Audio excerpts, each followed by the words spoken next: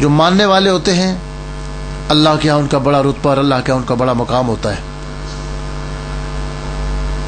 حضرت واصف علی واصف رحمۃ اللہ علیہ نے بڑی خوبصورت بات ارشاد فرمائی ہے. آپ فرماتے ہیں مومن اور کافر میں فرق یہ ہے، کافر معجزہ دیکھ کر بھی نہیں مانتا، مومن بن دیکھے بھی مان لیتا ہے. وہ اس ذات پر اعتماد کرتا ہے جو صادق اور امین ہے. وہ اپنی عقل کو پیچھے چھوڑ دیتا ہے اس لیے کہ وہ اپنی عقل کو محدود سمجھتا ہے. رب فرماتا ہے شہید زندہ ہے لیکن تم سمجھ نہیں سکتے. اپنے عقل کے پیمانے پر اس کو پرکھنے کی کوشش نہیں کرنا. عقل تو سوال پیدا کرتی ہے لیکن جب عشق اور محبت کا جذبہ آتا ہے تو پھر سوال پیدا نہیں ہوتے، اطاعت پیدا ہو جاتی ہے. عبدالحمید ادم نے کہا تھا 2 ہی تو لفظ تھے فقط دفتر کائنات میں، 2 ہی تو لفظ تھے فقط دفتر کائنات میں، عقل سوال بن گئی، عشق جواب ہو گیا. عقل تو سوال پیدا کرتی ہے، محدود ہے. حضرت علامہ اقبال فرماتے ہیں عقل کو تنقید سے فرصت نہیں، عقل کو تنقید سے فرصت نہیں، عشق پر اعمال کی بنیاد رکھ. نبی کریم صلی اللہ علیہ وآلہ وسلم کے صحابہ اکرام کو دیکھیں. سرکار ایک مجلس کے اندر صحابہ اکرام کو فرمایا کہ سارے اپنی اپنی جگہ پر بیٹھ جاؤ. اب یہ حکم ان کو تھا جو سامنے کھڑے تھے. جو بندہ اپنے گھر میں ہے، کھیت میں کام کر رہا ہے، اس کے لیے بیٹھنے کا حکم نہیں تھا. حضرت عبداللہ بن مسعود رضی اللہ تعالیٰ عنہ اپنے کھیت میں کام کر رہے تھے، کانٹوں کی باڑ لگا رہے تھے. ان کے کان میں سرکار کی آواز پڑ گئی کہ اپنی اپنی جگہ پہ بیٹھ جاؤ.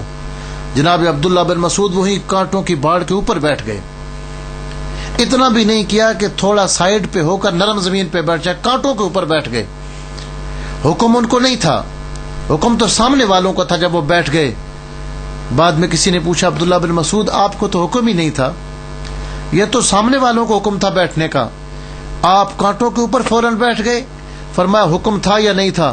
محبوب کی آواز کان میں پڑ گئی تھی بیٹھ جاؤ. اس کے بعد کھڑا رہنا میں بے ادبی محسوس کرتا تھا، اس کے بعد کھڑا رہنا اس کو ادب اور عشق گوارا نہیں کرتا تھا.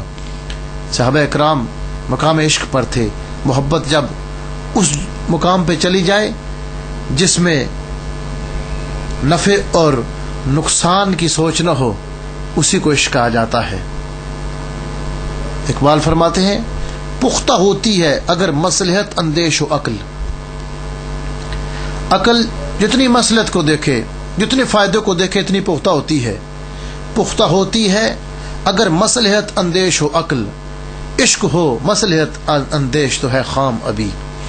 اگر عشق مصلحت کو دیکھے اس کا مطلب عشق نہیں ہے، وہ کچا ہے، ابھی اپنے مقام تک نہیں پہنچا ہے.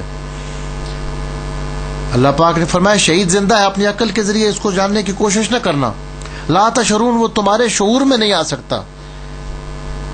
یعنی جو شہید کی زندگی ہے یہ وہ شعوری چیز نہیں ہے، شعور کے ذریعے اس کو نہیں سمجھا جا سکتا.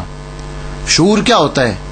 جو علم حواس خمسہ ظاہرہ کے ذریعے آتا ہے اس کو شعوری کہتے ہیں. جس طرح ایک چیز میٹھی ہے یا کڑوی ہے، یہ آپ چکھیں گے تو پتہ چلے گا. تو میٹھا اور کڑوا ہونے کا علم یہ شعوری علم ہے.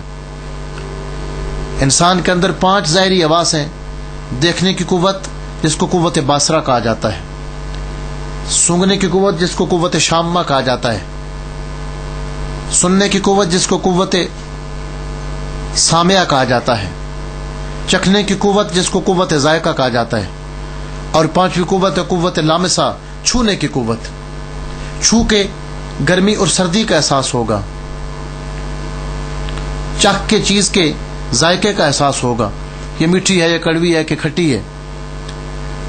کانوں کے ذریعے آواز کی اچھائی اور برائی کا احساس ہوگا، اچھی آواز ہے یا بری آواز ہے. دیکھ کے چیز کا پتہ چلے گا یہ اچھی چیز ہے یا بری چیز ہے.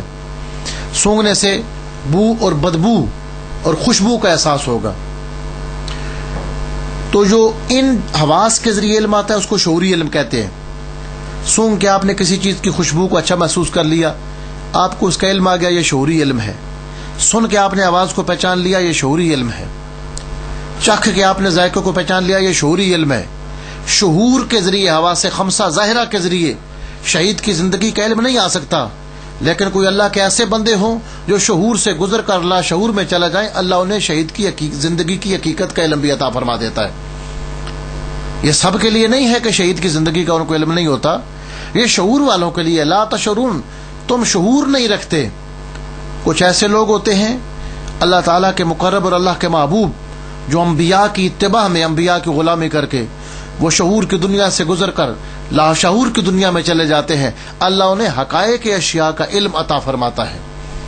حضور غوث اعظم سیدنا شیخ عبد القادر جیلانی رحمۃ اللہ تعالی علیہ فرماتے ہیں، قلوب العارفین لها عیون ترى ما لا يراه الناظرون لها اجنحة تطير بغیر ریش الى ملکوت رب العالمین، کہ اللہ تعالیٰ کے جو عارف، اللہ کی پہچان کرنے والے، جن کے سینوں کے اندر معرفت کا نور آ جاتا ہے، لہا عیون، ان کو اللہ کچھ ایسی آنکھیں عطا فرما دیتا ہے، ترا ما لا یراہ الناظرون، وہ کچھ دیکھتے ہیں جو ظاہر کی آنکھ نہیں دیکھ سکتی۔ شعور میں جو چیز نہیں آ سکتی وہ لاشعور کی چیز کو دیکھ لیتے ہیں۔ ظاہر کی آنکھ ظاہر تک دیکھتی ہے، اور جو باطن کی آنکھ ہے وہ لاشعور کی دنیا کو دیکھتی ہے۔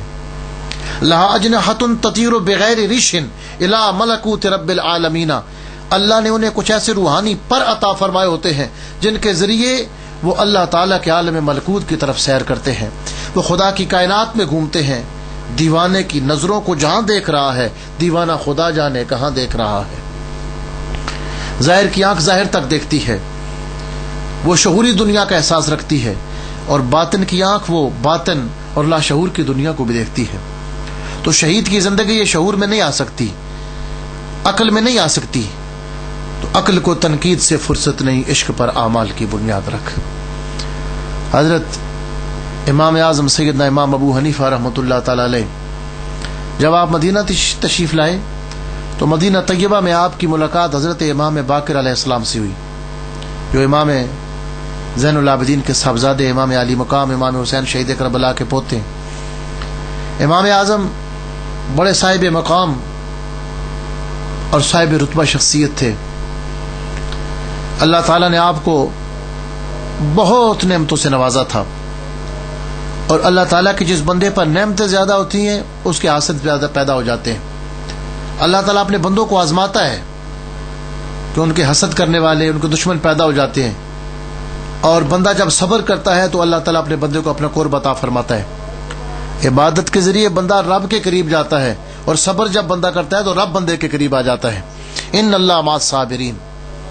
حضرت شیخ شہاب مکی علیہ رحمہ، آپ نے رشوت و سادی کی ابتدا میں ایک بڑی خوبصورت بات لکھی ہے کہ اللہ کے کچھ ایسے بندے ہوتے ہیں، بالخصوص نبی کریم علیہ الصلوۃ والسلام کی اولاد پاک میں سے، وہ اتنے اعمال نہیں کر سکتے کہ اللہ کے قریب جائیں، اعمال میں سستیاں ہو جاتی ہیں، تو اس کا دوسرا طریقہ قرب کا ہوتا ہے کہ اللہ ان پہ آزمائشیں ڈال دیتا ہے۔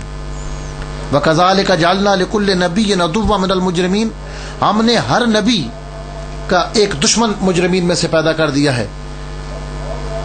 آپ فرماتے ہیں اس آیت سے ایک استفادہ کر کے، انبیاء کے تو اعمال بھی بلند ہوتے ہیں، انبیاء کی عبادات بھی بلند ہوتی ہیں، فرماتے ہیں کہ کچھ لوگ جو انبیاء کے قرب میں جاتے ہیں ان کے اعمال تو اتنے نہیں ہوتے، پھر اللہ تعالیٰ ان پر آزمائشیں ڈال دیتا ہے۔